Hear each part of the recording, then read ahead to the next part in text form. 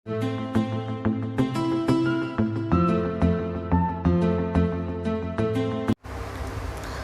Students, welcome to channel biology by MSK। तो last class में हमने मेंडल के मोनो हाइब्रिड क्रॉस को डिस्कस किया था, किस तरीके से मेंडल ने पी प्लांट्स का यूज़ करके मोनो हाइब्रिड क्रॉस किया। तो अब हम थोड़ा सा उसी के बारे में जान लेते हैं। जब मेंडल ने अपना मोनो हाइब्रिड क्रॉस किया एक कैरेक्टर को लेकर के, जो कि हाइट का कैरेक्टर था, स्टेम हाइट, तो सबसे लास्ट में जो फिनोटाइप आया था, फिनोटिपिक रेशियो जो आया था वो कितना था? फिनोटिपिक रेशियो था 3:1, 3:1, 3 टॉल 1 ड्वार्फ। लेकिन द जीनोटिपिक रेशियो वॉज 1:2:1। ये जीनोटिपिक रेशियो था। फिनोटिपिक यानी कि बाहर से एक्सटर्नल अपीयरेंस, किसी का भी अगर जो बाहर के एक्सटर्नल मॉर्फोलॉजी की हम बात करते हैं तो वो फिनोटाइप कहलाता है, और अगर जो उसके हम जीन के लेवल की बात करते हैं तो वो जीनोटाइप कहलाता है। क्या कहलाता है? जीनोटाइप। ओके, यहाँ पर कुछ इस तरीके से हमें एक चार्ट मिला था जो हमने पनेट स्क्वायर बनाया था। तो कुछ इस तरीके से कैरेक्टर्स आ गए थे, capital T, capital T, capital T, small T, capital T, small T, small T, small T. इधर मेल के गैमेट, इधर फीमेल के गैमेट लिए हमने। मैं एक बार दोबारा से क्यों बता रहा हूँ अभी पता चल जाएगा आपको।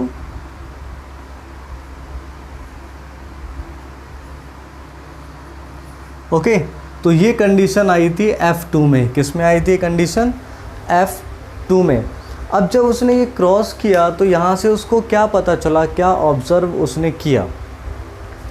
उसने ऑब्ज़र्व किया कि ये जो कैपिटल टी है ये क्या है? ये टॉल बना रहा है। क्या बना रहा है? Tall. Capital T, small T भी क्या बना रहा है? टॉल। और स्मॉल टी क्या बना रहा है? ड्वार्फ। क्या बना रहा है? ड्वार्फ। ठीक है, इसको ध्यान में रखते हुए उसने अपने कुछ लॉ बना दिए। क्या बना दिए? कुछ लॉ। मेंडल ने जो मोनो हाइब्रिड क्रॉस किया तो मोनो हाइब्रिड क्रॉस के बेसिस पर मेंडल ने अपने 2 लॉ दिए। हालांकि मेंडल के हमें 3 लॉ पढ़ने हैं। कितने लॉ पढ़ने हैं? 3। मेंडल के 3 लॉ हैं, लेकिन मोनो हाइब्रिड क्रॉस से सिर्फ 2 ही लॉ हम समझ सकते हैं। थर्ड लॉ को समझने के लिए हमें डाई हाइब्रिड क्रॉस करना पड़ेगा। क्या करना पड़ेगा? Dihybrid cross. तो पहले तो हम ये जान लेते हैं कि मेंडल के लॉ क्या थे। ठीक है, इसके बेसिस पर जो उसने निकाले, मेंडल्स लॉ। मेंडल्स लॉ या फिर लॉज ऑफ मेंडल। ओके, तो सबसे पहले जो उसने अपना लॉ दिया वो था लॉ ऑफ डोमिनेंस। क्या था? Law of dominance. अब ये लॉ ऑफ डोमिनेंस देखो यहीं से निकला हुआ है। अब किस तरीके से यहाँ से निकाला, ठीक है, अभी हम बात करेंगे। सेकंड लॉ भी मैं बता देता हूँ कौन सा था। सेकंड लॉ था law of segregation. Law of segregation. Third law of independent assortment. Law of independent assortment. तो ये 3 लॉ उसने दिए। यहाँ पर जैसा कि मैंने आपको बताया है कि जो स्टार्टिंग की जो 2 लॉ हैं, law of dominance and law of segregation, ये दोनों लॉ उसने मोनो हाइब्रिड क्रॉस के बेसिस पर दिए। किसके बेसिस पर दिए? Mono hybrid cross. जिस बच्चे ने मेरी प्रीवियस वीडियो नहीं देखी हो प्लीज़ वो प्रीवियस वीडियो देखे, जिसमें मैंने मोनो हाइब्रिड क्रॉस को डिस्कस किया हुआ है, तभी आपको समझ में आएगा कि ये रेशो कैसे आया था। अभी तो मैंने मोनो हाइब्रिड क्रॉस का बिल्कुल जस्ट लास्ट वाला पॉइंट लिया है, स्टार्टिंग वाला वो पूरा नेक्स्ट लास्ट वीडियो में बताया हुआ है। ये दोनों के दोनों लॉ किस बेसिस पर निकल कर के आए? ठीक है, ये मोनो हाइब्रिड क्रॉस के बेसिस पर निकले, मोनो हाइब्रिड क्रॉस। ओके, और अगर जो हम बात करते हैं लॉ ऑफ इंडिपेंडेंट असॉर्टमेंट, ये किस बेसिस पर निकलता है? ठीक है, ये निकलता है डाई हाइब्रिड क्रॉस के बेसिस पर, डाई हाइब्रिड क्रॉस। ध्यान रखना, डाई हाइब्रिड क्रॉस से लॉ ऑफ इंडिपेंडेंट असॉर्टमेंट को हम बता सकते हैं। Law of segregation mono hybrid से भी हो जाता है और डाई हाइब्रिड से भी हो जाता है। ऐसा क्यों? क्योंकि यहाँ पर गैमेट फॉर्मेशन की हम बात करेंगे, और gamete formation mono hybrid cross में भी हमने पढ़ा था और डाई हाइब्रिड क्रॉस में भी इसको हम पढ़ेंगे। तो सबसे पहले हम जान लेते हैं कि लॉ ऑफ डोमिनेंस क्या कहता है। क्या जान लेते हैं? लॉ ऑफ डोमिनेंस क्या होता है? डोमिनेंस का मतलब क्या होता है? डोमिनेंस का मतलब होता है किसी दूसरे पर हावी हो जाना, उसके कैरेक्टर को छुपा देना, अपने कैरेक्टर दिखाना, यही तो डोमिनेंस का मतलब है भाई। सपोज़ करो हम एग्जांपल की बात करें, एक तरफ है खली, नाम तो सुना ही होगा, खली, ठीक है, और खली से फाइट करने के लिए आ जाता है कोई बंदा। किस बंदे का हम एग्जांपल लेते हैं, मान लेते हैं शक्ति कपूर और खली की लड़ाई हुई, तो आपको पता है कौन जीतेगा? खली जीतेगा ऑब्वियसली, क्योंकि हमें पता है कि खली में बहुत ज़्यादा पावर है, शक्ति कपूर में नहीं, उठा के मारेगा। यानी कि जब खली और शक्ति कपूर साथ में आएंगे तो किसकी पावर दिखाई देगी? खली की दिखाई देगी, ना कि शक्ति कपूर की। इसलिए जो अपनी पावर दिखा दे, यानी कि वो डोमिनेंस है। क्या है? डोमिनेंस। जो अपनी पावर को दिखाए, अपने आप को एक्सप्रेस करे। जो नहीं दिखा रहा है वो क्या है? रेसेसिव। तो लॉ ऑफ डोमिनेंस में क्या कहा गया, आइए जानते हैं। फर्स्ट लॉ, जिसका नाम है लॉ ऑफ डोमिनेंस, क्या कहता है ये लॉ? ये कहता है when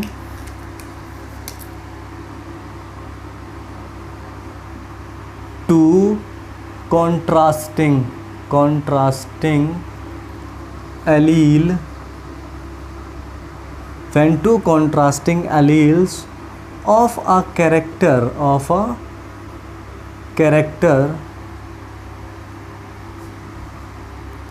come together, then only one allele expresses itself and others effect, जो दूसरा अलील है उसके effect, others effect is hidden।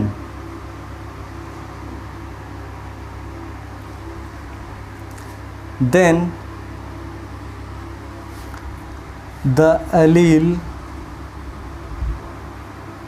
which is showing its effect is known as dominant, and the other that have hidden character, and the other जो क्या है, hidden character है जिसके पास, is known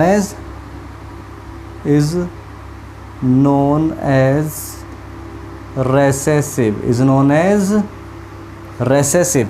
तो ध्यान देना, जब दो कॉन्ट्रास्टिंग अलील एक साथ आते हैं तो एक के जो कैरेक्टर हैं वो दिखाई देते हैं, दूसरे के दिखाई नहीं देते हैं। तो जो अपने कैरेक्टर को दिखाता है वो कहलाता है डोमिनेंस, और जो नहीं दिखाता है, जो कैरेक्टर हिडन हो जाते हैं, वो कहलाता है रेसेसिव। वो क्या कहलाता है? रेसेसिव। यही है लॉ ऑफ डोमिनेंस। एग्जाम्पल की अगर जो हम बात करें, इसी केस में आप देख सकते हैं, ठीक है, कि तीन कंडीशन आपके सामने दिखाई दे रही हैं। एक कंडीशन है कैपिटल टी, एक कंडीशन है कैपिटल टी स्मॉल टी, और जो लास्ट वाली कंडीशन है वो स्मॉल टी। ये क्या कह रहा है? जब कैपिटल टी जो कि डोमिनेंट है इसलिए टॉल है। अब देखना, ये कॉन्ट्रास्टिंग अलील एक साथ आ गए हैं, कैपिटल टी और स्मॉल टी, ठीक है, कैपिटल टी और स्मॉल टी एक साथ आ गए, दोनों कॉन्ट्रास्टिंग अलील हैं। अब इसमें से एक अपने कैरेक्टर को दिखा रहा है, यानी कि कैपिटल वाला दिखा रहा है, जिसकी वजह से टॉल हो गया, तो ये कहलाएगा डोमिनेंट कैरेक्टर और ये कहलाएगा रेसेसिव कैरेक्टर। जिसके इफ़ेक्ट दिखाई ना दें वो रेसेसिव कहलाता है और जिसके इफ़ेक्ट दिखाई दे जाएं वो डोमिनेंस कहलाता है। ठीक है, नहीं दिखेगा मतलब क्या है, जब वो कॉन्ट्रास्टिंग है। ठीक है, रेसेसिव कैरेक्टर तभी अपने आप को एक्सप्रेस करता है जब वो होमोजाइगस कंडीशन में होगा। हमेशा ध्यान रखना, रेसेसिव कैरेक्टर हमेशा अपने आप को कब शो करेगा, कब रिप्रेजेंट करेगा, जब वो होमोजाइगस कंडीशन में होता है। F1 जनरेशन जब भी आती है तो रेसेसिव कैरेक्टर अपने आप को एक्सप्रेस नहीं करता है, ये सेकंड जनरेशन में यानी कि F2 जनरेशन में अपने आप को एक्सप्रेस करेगा। उसके बाद चाहे आप F3 करें या F4 जनरेशन निकालें, हर जनरेशन में एक्सप्रेस होगा। आफ्टर F1 सिर्फ F1 में नहीं होता है। ठीक है, तो ये कहलाता है लॉ ऑफ डोमिनेंस। क्या कहलाता है? Law of dominance. यहाँ से मेंडल ने एक बात और कही। सबसे पहले मेंडल ने कहा each and every character is a factor. Mendel ने क्या कहा? मेंडल ने कहा each and every character is a factor. ध्यान देना ज़रा, ये लॉ ऑफ डोमिनेंस के अंदर की ही बात कर रहे हैं हम। Each and every character is a factor. जितने भी कैरेक्टर होते हैं वो कुछ नहीं है, बस एक फैक्टर है, जिसको बाद में हमने क्या बोला? जीन बोला इसको बाद। तो मेंडल ने क्या बोला कि जितने भी कैरेक्टर होते हैं वो सब एक फैक्टर हैं, और उस फैक्टर को ही बाद में क्या बोला गया? जीन बोला गया। सेकंड इसने क्या बोला? इसने कहा factor always occurs in pair.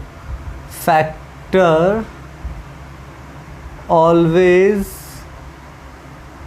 Occurs in pair. हमेशा ये पेयर में अकर होगा। ठीक है, किस में अकर होगा? पेयर में अकर होगा। जैसे जीन पेयर में अकर होता है, आपने पढ़ा होगा, वैसे ही फैक्टर भी पेयर में अकर होता है और अलील भी पेयर में अकर होता है। अब जो फैक्टर डोमिनेंट होगा वो अपने आप को क्या करेगा? जैसे अलील होते हैं, जो डोमिनेंट है वो अपने आप को एक्सप्रेस करेगा। ठीक है, ये बात किसने कही? मेंडल ने कही। ठीक है, तो it's all about the first law, that is law of dominance. इसने ऐसा कहा। लेकिन अगर जो हम बात करें second law, law of segregation में क्या हुआ, तो आइए देखते हैं लॉ ऑफ सेग्रीगेशन क्या कहता है। Law of segregation,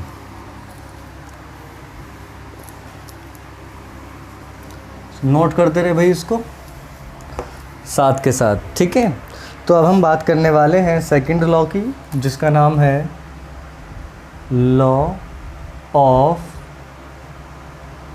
segregation. ठीक है,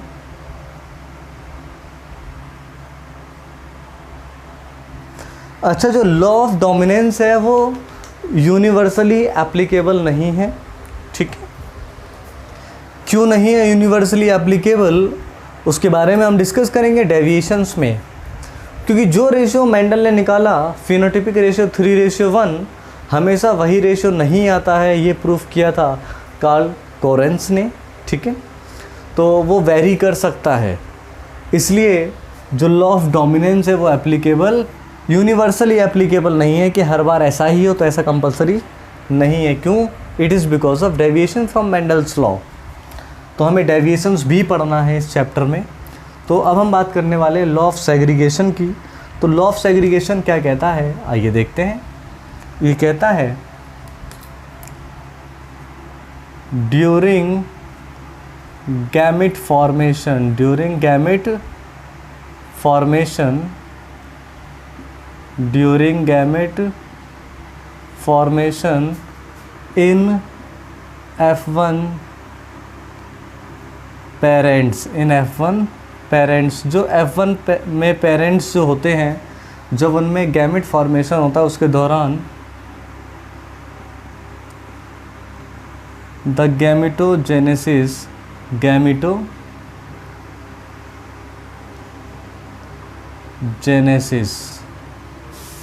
गैमेटोजेनेसिस टेक्स प्लेस। तो गैमेट फॉर्मेशन के दौरान F1 पेरेंट में क्या होता है? गैमेट फॉर्म होते हैं गैमेटोजेनेसिस प्रोसेस के द्वारा। Okay, and these gametes and these formed gametes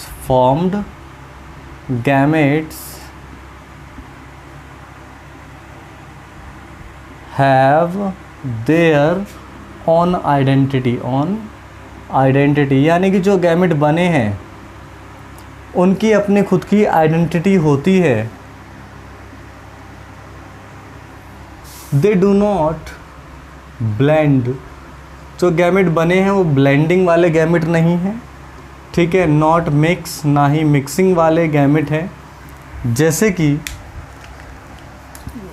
capital T और स्मॉल टी था, इसमें गैमेटोजेनेसिस हुआ, कैपिटल टी स्मॉल टी, तो ये ऐसे ही रहेंगे, ऐसा नहीं है कि इसमें ब्लेंडिंग हो जाए।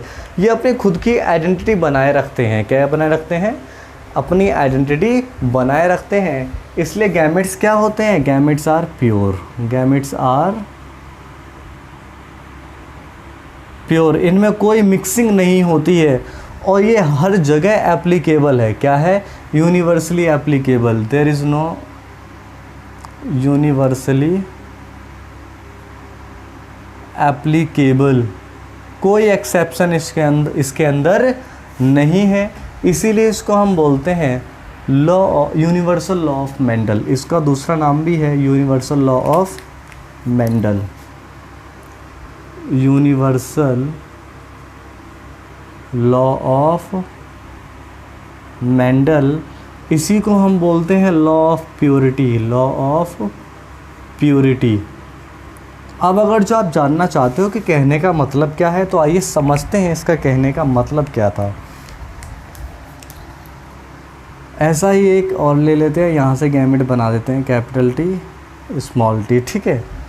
अब ये तो सारे यहाँ पर क्या है? ये तो टॉल है और ये भी कैसा है? टॉल है। आप देख सकते हैं दोनों टॉल हैं। अब इनके जो गैमेट बनेंगे वो भी टॉल वाले होने चाहिए थे, लेकिन एक कैपिटल रहा, एक स्मॉल रहा। यहाँ पर भी एक कैपिटल और एक स्मॉल। ऐसा क्यों हुआ? क्योंकि ये लॉ कहता है जब गैमेटोजेनेसिस होगा तो गैमेट प्योर रहेंगे, इसमें ब्लेंडिंग नहीं होती। अगर जो ब्लेंडिंग होती तो ये भी कैपिटल टी वाले कैरेक्टर दिखाता, ये भी कैपिटल टी वाले दिखाता, और जो नेक्स्ट जनरेशन आती वो सारे कैपिटल ही आते, यानी कि सारे के सारे क्या होते? डोमिनेंस वाले ही आते। सारे के सारे क्या आते? डोमिनेंस वाले, कैपिटल वाले ही आते, स्मॉल वाले तो आते ही नहीं। आप खुद से देख सकते हैं, ठीक है। कैपिटल टी इसके साथ मिला तो capital T small, capital T आ गया। कैपिटल टी स्मॉल टी के साथ मिला तो कैपिटल टी स्मॉल टी आ गया, कैपिटल टी स्मॉल टी, और ये इसके साथ मिला तो स्मॉल टी, ठीक है। तो ये ड्वार्फ हो गया। क्या हो गया? ड्वार्फ। ये सारे टॉल। लेकिन अगर जो ब्लेंडिंग हुई होती तो ये छोटे टी के कैरेक्टर को ही दिखाता, ये तो बड़े के दिखाता। क्यों? क्योंकि ये टॉल वाले से आया है ना, हेटेरोजाइगस। तो यही मेंडल ने कहा कि जो डिफरेंट एलील एक साथ होते हैं, जब गैमेटोजेनेसिस होती है, गैमेट बनते हैं, तो गैमेट अपनी खुद की आइडेंटिटी बनाए रखता है। वो गैमेट ब्लेंडिंग वाला नहीं होता है, मिक्स नहीं होता है, they have their own identity. वो गैमेट जो है वो प्योर होते हैं। क्या होते हैं? प्योर होते हैं, ऐसा कहा था, ठीक है। तो ये दोनों लॉ जो है वो मेंडल के मोनोहाइब्रिड क्रॉस से प्रूव हो जाते हैं। किससे प्रूव जाते हैं? मोनोहाइब्रिड क्रॉस से। लेकिन अब हम बात कर लेते हैं नेक्स्ट लॉ की, जिसका नाम है लॉ ऑफ इंडिपेंडेंट असॉर्टमेंट। तो लॉ ऑफ इंडिपेंडेंट असॉर्टमेंट को समझने के लिए हमें डायहाइब्रिड क्रॉस की ज़रूरत है। तो हमें डायहाइब्रिड क्रॉस सीखना पड़ेगा। क्या सीखना पड़ेगा? मेंडल का डायहाइब्रिड क्रॉस। तो पहले हम उसको सीख लेते हैं, मेंडल के डायहाइब्रिड क्रॉस को। तो ये सेकंड क्रॉस है, फर्स्ट हम कर चुके हैं। मेंडल्स डायहाइब्रिड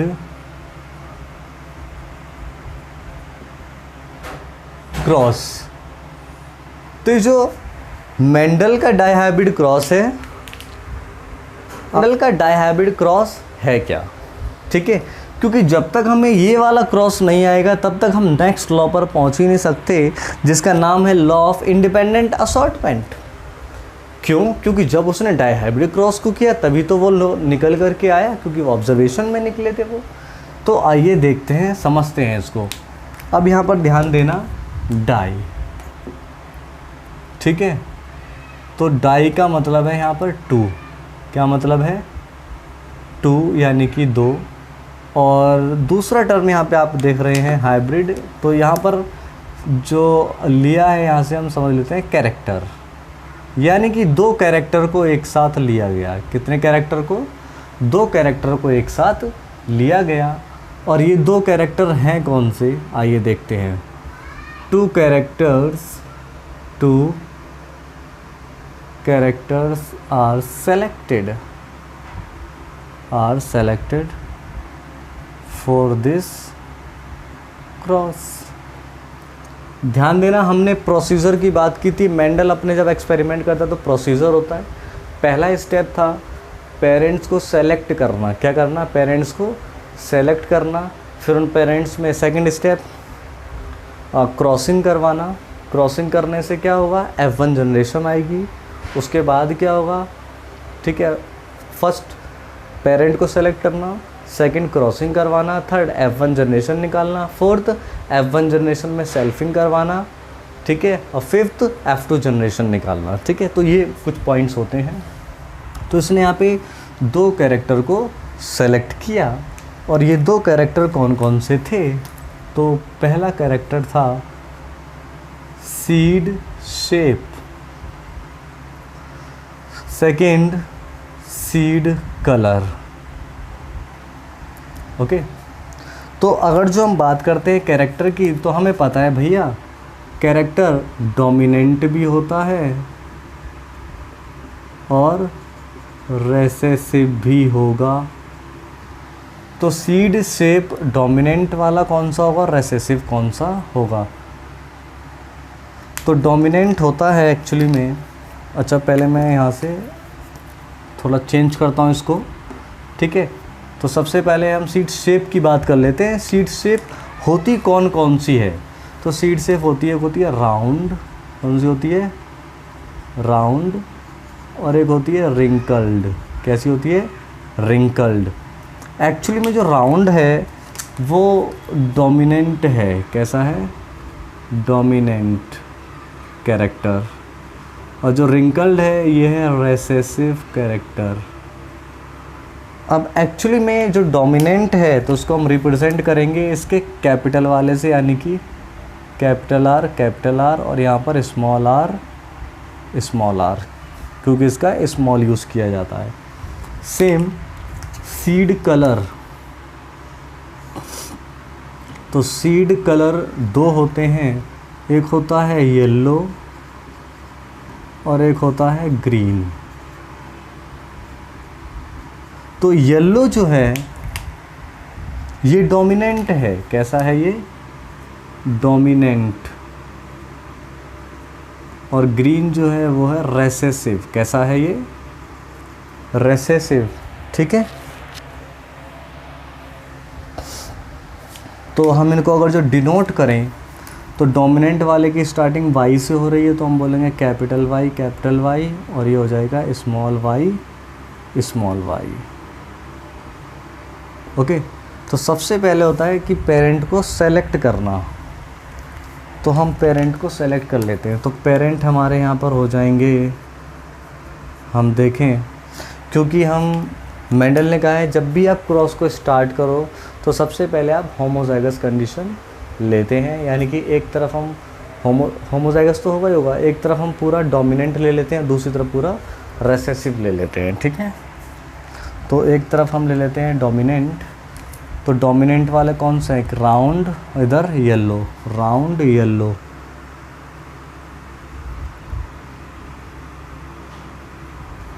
ठीक है, और क्रॉस करवाना है रिंकल्ड ग्रीन से। किससे? Wrinkled green. ठीक है, तो हमने ये ले लिए। अब क्या करते हैं, इनके नाम भी लिख देते हैं। राउंड यानी कि capital R, yellow capital Y, wrinkled small R, green small Y. ध्यान देना, क्योंकि हम यहाँ पर क्रॉस कर रहे हैं। क्या कर रहे हैं? क्रॉस, इसलिए एक को मेल और एक को फीमेल कंसीडर करेंगे, ठीक है। इसको हम कंसीडर कर लेते हैं मेल और इसको कंसीडर कर लेते हैं फीमेल, ओके। तो ये पेरेंट हमने सेलेक्ट कर लिए हैं, इनमें क्रॉसिंग करवानी है। क्रॉसिंग करवाने के लिए हमें ज़रूरत पड़ेगी किसकी? हमें ज़रूरत है गैमेट बनाने की। क्या बनाने की? गैमेट। तो आइए देखते हैं गैमेट कैसे बनेंगे। तो यहाँ पर हम एक प्रोसेस करवाते हैं जिसका नाम है गैमीटोजेनेसिस। गैमीटोजेनेसिस, ठीक है। जब गैमीटोजेनेसिस होगा तो क्या बनेंगे? गैमेट्स बनेंगे। अब यहाँ पर ध्यान रखना कितने टाइप के गैमेट बनेंगे। तो गैमेट का टाइप निकालने, कितने गैमेट बनेंगे, नंबर ऑफ़ गैमेट्स निकालने का फॉर्मूला क्या है? मैं यहाँ लिख देता हूँ, ये नोट कर लेना। नंबर ऑफ़ गैमेट्स निकालने का फॉर्मूला है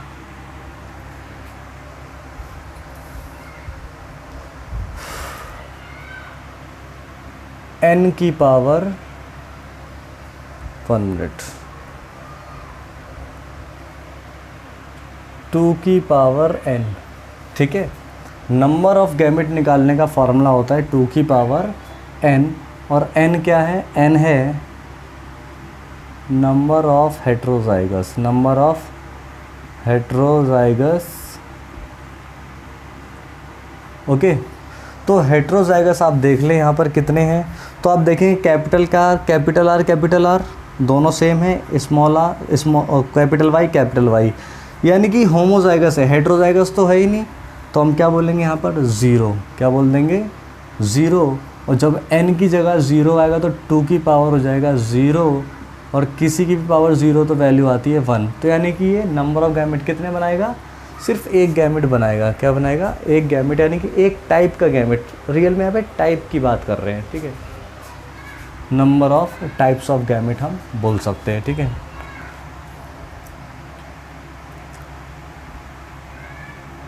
टाइप्स ऑफ गैमेट, तो एक ही टाइप का गैमेट बनेगा।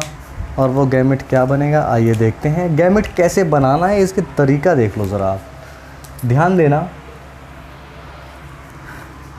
यहाँ से आप सबसे पहले कैपिटल आर को उठा लो, ठीक है। हमने कैपिटल आर ले लिया। अब देखना गैमेट बनेगा तो दो अलग अलग आते हैं, तो इसके साथ आर तो आ नहीं सकता है क्योंकि हमें अलग चाहिए। तो कौन आ सकता है? ये वाला वाई आ सकता है। इस आर के साथ ये वाला वाई हो सकता है। इस आर के साथ दूसरा वाला ये वाला वाई आ जाए, तो कैपिटल आर कैपिटल वाई। अब क्या हो सकता है?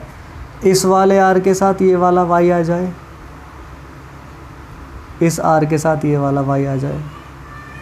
तो 4 गैमेट बने हैं, लेकिन टाइप कैसा है? सारे एक जैसे ही हैं तो नहीं, एक ही टाइप के बने हैं, तो हम एक ही ले लेते हैं। कितने ले लेते हैं? सिर्फ एक। इतने सारे नहीं ले रहे हम, सिर्फ एक ही गैमेट ले लेते हैं आर वाई, क्योंकि सारे के सारे कैसे बन रहे हैं? सेम बन रहे हैं, सारे के सारे सेम बन रहे हैं, इसलिए हम सिर्फ एक ले लेते हैं, ठीक है। सिमिलरली आप यहाँ देखेंगे होमोजाइगस हेट्रोजाइगस है नहीं, तो एक ही टाइप का गैमेट बनेगा, इधर से आर और इधर से वाई, ठीक है। हमने गैमेट्स बना लिया, और आपको पता है गैमेट को हमेशा हम किस में रखेंगे? सर्कल में रिप्रेजेंट करते हैं। तो ये बन चुके हैं क्या यहाँ पर? गैमेट। ऐसे लिखते भी जाएंगे, गैमेट्स बन चुके हैं, ओके। अब जब इनमें क्रॉस होगा यानी कि फर्टिलाइजेशन होगा तो क्या बनेगा? तो बनेगा capital R capital Y small Y, ये बन करके सामने आएगा। Capital R capital Y small Y. तो ये आ गई हमारी F1 जनरेशन। कौन सी जनरेशन आ गई? ये F1 जनरेशन। ध्यान देना, बाकी सारे गैमेट्स को हमने क्यों नहीं लिया? क्योंकि सारे के सारे गैमेट सेम थे। जब गैमेट सारे के सारे सेम हैं तो जनरेशन भी F1 सारी की सारी सेम आएगी, इसलिए सिर्फ हमने एक को लिया। और एक में जब क्रॉस किया तो वो आया क्या? Capital R capital Y small Y. ये कंडीशन ये F1 जनरेशन में आ गया। लेकिन अगर जो हम बात करें कि इसका फिनोटाइप कैसा होगा, किसकी बात करें? फिनोटाइप। तो ध्यान देना, कैपिटल आर किसके लिए है? डोमिनेंट है और वो राउंड के लिए है, और कैपिटल वाई जो कि डोमिनेंट है और येलो के लिए। तो ये क्या हो गए? ऑल राउंड येलो, सारे के सारे राउंड येलो हैं लेकिन हेट्रोजाइगस वाले हैं। कैसे हैं? हेट्रोजाइगस। ये होमोजाइगस थे, ये हेट्रोजाइगस है। All heterozygous round yellow. Okay, F1 generation में सारे के सारे ऐसे निकले। हम अकॉर्डिंग टू मेंडल की बात कर रहे हैं। लेकिन अब क्या होता है, इन्होंने क्या किया, मेंडल ने इसी में सेल्फिंग करवा दी, क्योंकि अगला जो स्टेप है वो सेल्फिंग का है। ठीक है, तो सेल्फिंग में क्या हुआ आइए देखते हैं। मैं इसको मिटा दूँ जरा साइड वाला पार्ट, क्योंकि हमें F2 जनरेशन पे जाना है, इसलिए हमें सेल्फिंग करवानी पड़ेगी।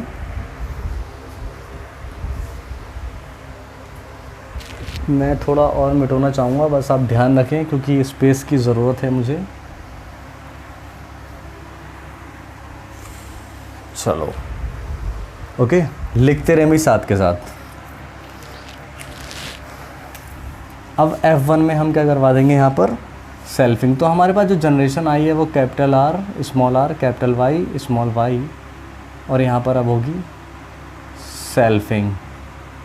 तो जब आप सेल्फिंग करवाएंगे, ठीक है, तो हम सेम यही वाले ले लेंगे यहाँ से गैम, जो कंडीशन आई थी, capital R small r capital Y small y, इसका cross capital R small r capital Y, ये हमने करवा दी सेल्फिंग। अब ये क्या है, ये पेरेंट है, इनको हम ऐसे पेरेंट कंसीडर करेंगे। क्या कंसीडर करेंगे? पेरेंट। ओके, इनको हमने पेरेंट कंसीडर कर लिया। क्योंकि हम क्रॉस करवाने वाले हैं तो अगेन आप एक को मेल बोलेंगे और एक को फीमेल। ओके, अब यहाँ से क्या बनाएंगे आप, गैमेट्स बनाएंगे। तो प्रोसेस होगा गैमेटोजेनेसिस, गैमेटोजेनेसिस, और क्या बनेंगे यहाँ पर अब, गैमेट्स बनेंगे। क्या बनेंगे? गैमेट्स। अब यहाँ पर गैमेट्स बनाने का जो है ना तरीका देख लीजिए, क्योंकि एक हेट्रोजाइगस ये रहा और एक हेट्रोजाइगस ये रहा, तो दो हेट्रोजाइगस हो गए 2 की पावर 2 4, यानी कि 4 टाइप के गैमेट बनाएगा। सेम ये भी 4 टाइप के गैमेट बनाएगा, क्योंकि हैं तो दोनों एक जैसे ही। चलिए तो देखते हैं किस तरीके से गैमेट यहाँ पर बनते हैं। तो तरीका देखिए वही है, आप इस R के साथ पहले इस Y को लेकर आइए, तो कैपिटल R कैपिटल Y, फिर ये छोटे वाले y को लाइए, कैपिटल R छोटा y। ठीक है, कैपिटल R का कंडीशन ख़त्म हो गई। अब बात करते हैं छोटे r के साथ आ जाएगा बड़ा y, या छोटे r के साथ छोटा y। ओके, ये 4 टाइप के गैमेट निकल करके आ जाते हैं। सेम गैमेट यहाँ पर भी बनने वाले हैं, capital R capital Y, capital R small y small r capital Y small r small y। ठीक है, तो ये गैमेट बन चुके हैं मेल के अंदर और फीमेल के अंदर। ऐसा हमने क्यों किया? क्योंकि हमें F2 जनरेशन निकालनी है, और F2 जनरेशन पर पहुंचने के लिए हमें क्या करवाना होता है, F1 जनरेशन में सेल्फिंग करवानी होती है। क्या करवानी होती है? सेल्फिंग। ओके, तो अब देखना इसमें क्रॉस करके दिखाना बड़ा मुश्किल होगा, इसलिए हम पनेट स्क्वायर का इस्तेमाल कर लेते हैं। क्या कर लेते हैं? पनेट स्क्वायर का इस्तेमाल कर लेते हैं। तो मैं एक पनेट स्क्वायर यहाँ पर बना देता हूँ, और ये सभी को बनाना आना चाहिए।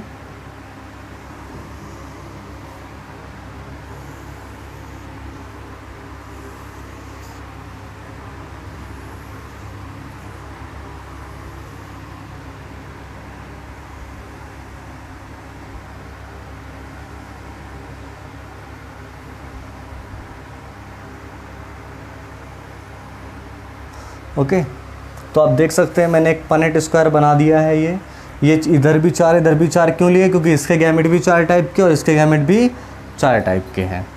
ओके, तो एक तरफ हम मेल के गैमेट्स को ले लेंगे और एक तरफ हम फीमेल के गैमेट्स को ले लेते हैं। मेल के गैमेट्स को ले लेते हैं यहाँ पर, कैपिटल R कैपिटल Y। अच्छा, गैमेट्स है तो आपको सर्कल में रखना होगा, ठीक है, बिल्कुल भी ना भूलें।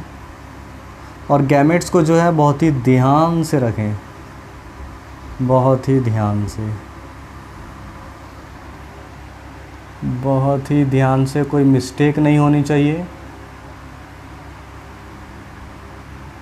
और सीक्वेंस अगर जो आप सेम यही रखते हैं तो बहुत ज़्यादा आसानी हो जाती है इस क्रॉस को करने में।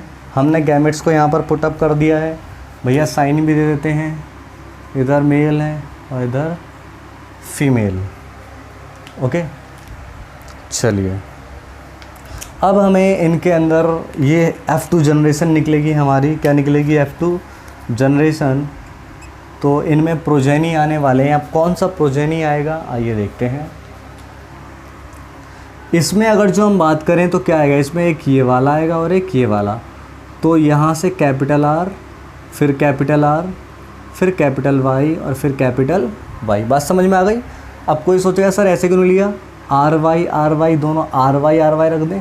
तो ऐसा इसलिए नहीं लिया क्योंकि जो एक कैरेक्टर है उसके एलील्स एक साथ रखने हैं। ठीक है, कैसे रखने हैं? एक साथ। इसलिए इधर से हम क्या लेंगे, कैपिटल R और इधर से भी कैपिटल R। इधर से कैपिटल Y तो इधर से भी कैपिटल Y। ओके, तो ये आ गया। यहाँ बात करते हैं, देखो इस लाइन में क्या आ रहा है, एक तो ये आ रहा है और एक ये आ रहा है। तो capital R capital Y small y। कोई बोलेगा सर स्मॉल y को पहले रख दें, तो ऐसा भी नहीं हो सकता क्योंकि हम डोमिनेंट को पहले रखते हैं। किसको? डोमिनेंट को। तो यहाँ पर हो जाएगा capital R capital Y small y। Okay, अब जो यहाँ पर आया है वही सेम यहाँ पर भी आएगा।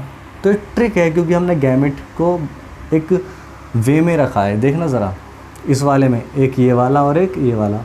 तो capital R capital Y small y। Okay, देखो स्मॉल y हमने पहले नहीं लिखा, क्यों? क्योंकि ये कैसा है, रेसेसिव है, तो हम डोमिनेंट को पहले रखते हैं। तो यहाँ पे हो जाएगा capital R capital Y small y।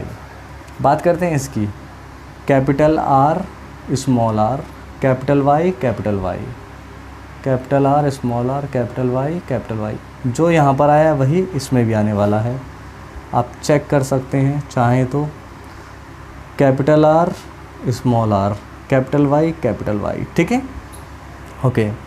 यहाँ देखते हैं क्या आने वाला है, capital R small r capital Y small y। आ गया। इस लाइन में सारे एक जैसे आते हैं। सारे कैसे आएंगे? यही वाले आएंगे। आप चेक कर सकते हैं, इसको देख लो चाहे। Capital R small r capital Y small y। Same यहाँ पर भी capital R small r capital Y small y। देखो कैपिटल R इधर से आ गया, स्मॉल r इधर से आ गया, कैपिटल Y इधर से आ गया, स्मॉल y इधर से आ गया। तो आपको समझ में आ रहा होगा। ठीक है, सेम यहाँ पर आप चेक कर सकते हैं अगर जो किसी को कोई डाउट है तो। ओके, तो ये ट्रिक होता है कौन सा सेम है उसको भरने का। अब हम क्या करते हैं, अब इनको भर लेते हैं बीच में ज़रा। ओके, चलिए। तो अगर जो हम बात करें इसमें कौन आएगा, एक तो ये वाला आ रहा है और एक ये वाला। तो देख लेते हैं भैया गैमेट। तो यहाँ पे कैपिटल R है, ठीक है, यहाँ पर भी कैपिटल R है, स्मॉल y है, स्मॉल y है। तो कैपिटल R स्मॉल y। और सेम ऐसा ही तो फ़िलहाल नहीं है यहाँ पर। ठीक है, चलिए आगे बढ़ते हैं, इसमें देखते हैं। हाँ ठीक है, यहाँ क्या आएगा, यहाँ एक तो ये वाला आएगा, एक ये वाला। तो capital R small y small y, capital R small y small y। जो इसमें आया है वही इसमें भी आएगा, आप देख सकते हैं। Capital R small y small y। ठीक है, तो अगर जो आपने गैमेट की सीक्वेंस ठीक रखी है तो यही आएगा। और ध्यान देना, ऐसा करना बहुत ज़रूरी है क्योंकि अगर जो आपने गैमेट्स की सीक्वेंस बिगाड़ी तो जीनोटाइप जो आता है निकल के, जीनोटिपिक रेशियो, उसकी सीक्वेंस बदल जाएगी। ठीक है, वो गलत हो जाएगा। जैसा मेंडल ने कहा है ना, वो इसके अकॉर्डिंग बोला है। ठीक है, किस तरीके से हमने गैमेट निकालने, तो ध्यान रखें इसका। चलिए अब हम बात कर लेते हैं। ठीक है, ये हो गया। ओके, इसकी बात अब आप सोच रहे हो सर ये क्यों नहीं किया, अरे पहले इसको भर देते हैं। इसको क्यों भरा फिर, क्योंकि ये सेम थे, उनको पहले भर दिया जाता है। ओके, चलिए इसकी बात कर लेते हैं। Small r capital Y small r capital Y। ठीक है, इसमें फिल करते हैं small R, capital Y, small R capital Y. जो इसमें आया वही इसमें भी आएगा, आप चेक कर सकते हैं। Small R capital Y, small Y. Okay, देखो मैं यहाँ अलग अलग कलर रिप्रेजेंट कर रहा हूँ, अलग अलग कलर यूज़ कर रहा हूँ यहाँ पर। क्यों? इसके पीछे एक वजह है। जब अभी हम कुछ एक काम करेंगे ना, उसमें पता चलेगा क्यों ये अलग अलग कलर का इस्तेमाल किया गया है यहाँ पर, ठीक है। वरना तो आप चाहे किसी एक ही कलर से यूज़ कर लेते और पूरा भर देते, उसके बाद ढूंढते। लेकिन मैंने ऐसा क्यों किया? क्योंकि मुझे कुछ चीज़ दिखानी है और वो भी बिल्कुल अलग। आइए यहाँ पर देखते हैं इसमें क्या आएगा। Small R, small Y. Okay, तो ये आ गई है हमारे पास पूरी की पूरी F2 जनरेशन। कौन सी जनरेशन आ गई है? F2 जनरेशन, ठीक है। आई होप कि ये वाला पार्ट आपका सभी का हो गया होगा और समझ में भी आ गया होगा, ठीक है। तो मैं इसको मिटो देता हूँ और हम इसकी बात कर लेते हैं। ओके,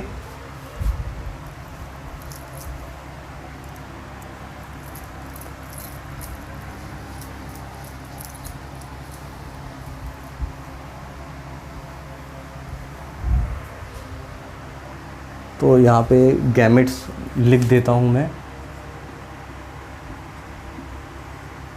गैमेट्स बने हुए हैं। ये आ गई है F2 जनरेशन। अब जब F2 जनरेशन आ चुकी है तो यहाँ से हमें क्या निकालना है? यहाँ से हमें फिनोटाइप निकालना है, ठीक है। क्या निकालना है? फिनोटाइप। ओके, तो ध्यान देना, जहाँ पर कैपिटल R है, कैपिटल R राउंड के लिए है और कैपिटल Y किसके लिए है? कैपिटल वाई है येलो के लिए। तो जहाँ पर कैपिटल आर और कैपिटल वाई दिखाई दें वो सारे के सारे क्या होंगे? Round yellow. तो आप मार्क कर दें कहाँ पर कैपिटल आर और कैपिटल वाई एक साथ आया हुआ है।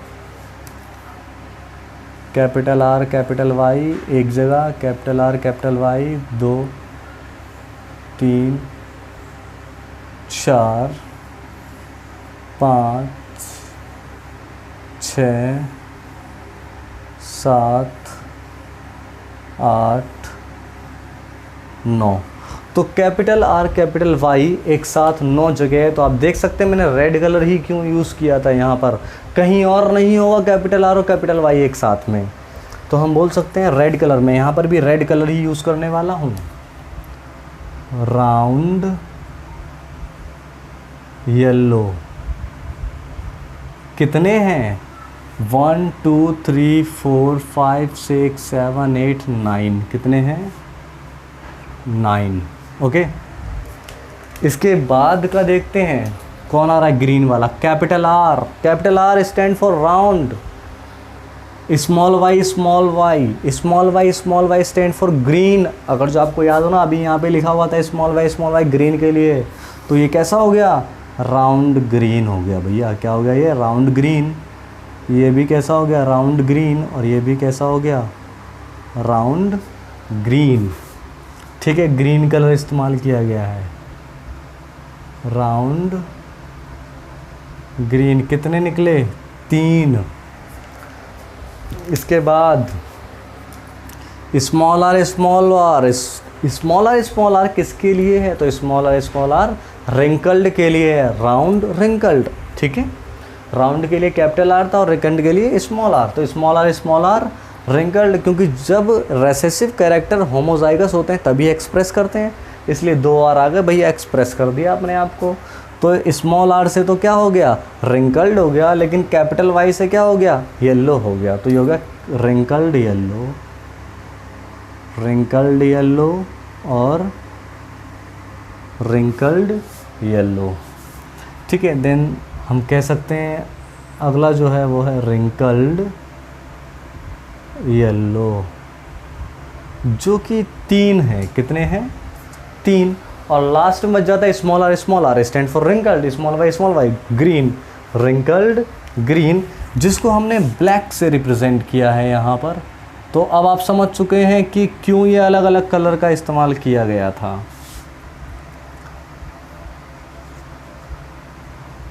रिंकल्ड ग्रीन कितने हैं? 1। तो ये बाहर से देखने पर round yellow round green, wrinkled yellow और रिंकल्ड ग्रीन, ये 4 टाइप निकल करके आए तो बाहर से दिख रहे हैं, इसलिए कहलाता है फिनोटाइप। ठीक है, क्या कहलाएगा, ये क्या है, फिनोटाइप।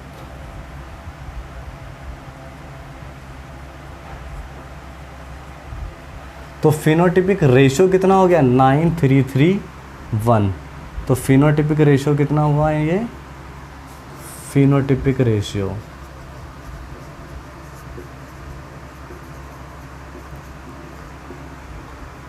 9331। ठीक है, ध्यान रखना इसको, 9331। ओके, ये रहा है डाईहाइब्रिड क्रॉस का रेशियो फिनोटाइप, जो कि कितना है 9:3:3:1। तो मेंडल ने कहा कि हमेशा भैया ऐसा ही होता है, जब भी आप किसी भी डाईहाइब्रिड क्रॉस के अंदर क्या करेंगे, डाईहाइब्रिड क्रॉस करेंगे तो यही रेशियो निकल करके आएगा। लेकिन हर किसी के अंदर ऐसा नहीं होता, इसका भी डेविएशन है। लेकिन डाईहाइब्रिड क्रॉस का डेविएशन हमें नहीं पढ़ना है, हमारे सिलेबस में नहीं है। हमारे सिलेबस में सिर्फ मोनोहाइब्रिड का डेविएशन है, ठीक है, जो कि हम बाद में पढ़ेंगे। आइए देखते हैं। तो इसने ये फिनोटाइप दे दिया। अब बात करते हैं जीनोटिपिक रेशियो की। किसकी बात करते हैं, genotypic ratio. Okay, genotypic ratio. Genotypic ratio कैसे निकालते हैं, अब हम बात करेंगे जीन के लेवल की, कि किस तरीके से जीन क्या एक जैसे हैं या अलग अलग हैं। तो ध्यान देना ज़रा। अब अगर जो आप इस पर फोकस करें तो दोनों कैपिटल आर हैं और दोनों कैपिटल वाई हैं, क्या ऐसा कहीं और भी है, तो आंसर है नहीं है, इसके जैसा नहीं है। ठीक है, इसलिए हम बोलेंगे इसके लिए 1, सिर्फ एक ही बार है ये। कितनी बार है, एक बार। लेकिन अगर जो हम बोले capital R capital Y small Y है क्या, हाँ है ना, देखो ये 2 हैं। कितने हैं ये, 2। तो मैं टिक करता जा रहा हूँ जिनको मैं, ये दोनों एक जैसे हैं, 2 एक जैसे आ गए भाई। इसके जैसा है कोई, हाँ ये रहा। अभी बताया मैंने कहा ना, याद होना, सीक्वेंस होना बहुत ज़रूरी है, इसमें पता चलता है आपको, आसान हो जाएगा। इसके जैसा कोई है, हाँ है ना, चारों एक जैसे हैं, 1 2 3 4, चारों एक जैसे हैं। ओके, चलिए दूसरे का इस्तेमाल कर लेता हूँ ज़रा। वैसे यहाँ पर रेड इस्तेमाल करना चाहिए था, कोई नहीं, एनीवेज ग्रीन। क्या इसके जैसा है कैपिटल आर स्मॉल वाई, नहीं है इसके जैसा, तो ये सिंगल प्रोडक्ट है। ये लो एक, फिर आता है ये कैपिटल आर स्मॉल वाई, ये रहा एक जैसा। ठीक है, तो ये दोनों एक जैसे हैं, 2। ओके, अब क्या रह गया, अब ये रह जाता है, इसको मैं रेड से रिप्रेजेंट करता हूँ, स्मॉल आर कैपिटल वाई। क्या ऐसा है कहीं पे, नहीं है भैया, एक ही है। Small R capital Y small Y, ये रहा, देख सकते हो आप, बिल्कुल अच्छे से जूम करके देखो, एक जैसे ही हैं, झूठ नहीं बोल रहा हूँ मैं, 2। ओके, ध्यान देना, बट ये सिर्फ अकेला है।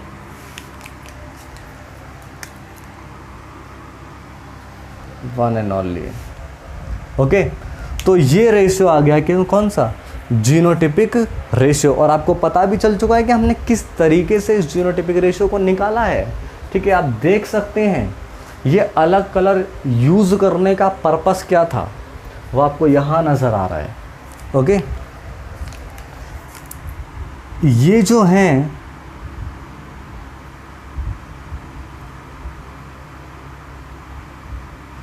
नाइन 3 और ये 1। ठीक है, इससे यही बना है 9:3:3:1।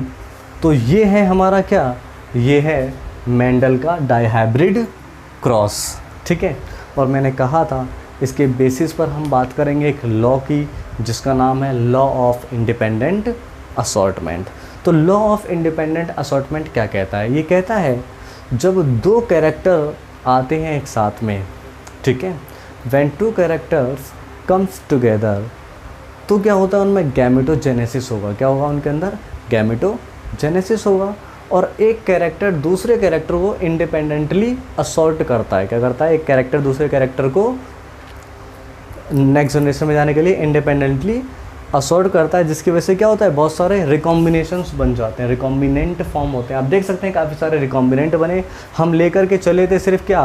राउंड येलो और रिंकल्ड ग्रीन, लेकिन हम यहाँ पे अगर जो हम फोकस करें, हमने स्टार्टिंग में सिर्फ राउंड येलो और रिंकल्ड ग्रीन को लिया था, लेकिन इंडिपेंडेंट असॉर्टमेंट की वजह से ये रिकॉम्बिनेंट भी बन करके आ गए। तो इसीलिए कहा था जब दो कैरेक्टर एक साथ आते हैं तो गैमेटोजेनेसिस होता है। तो एक कैरेक्टर दूसरे कैरेक्टर को इंडिपेंडेंटली असॉर्ट करता है।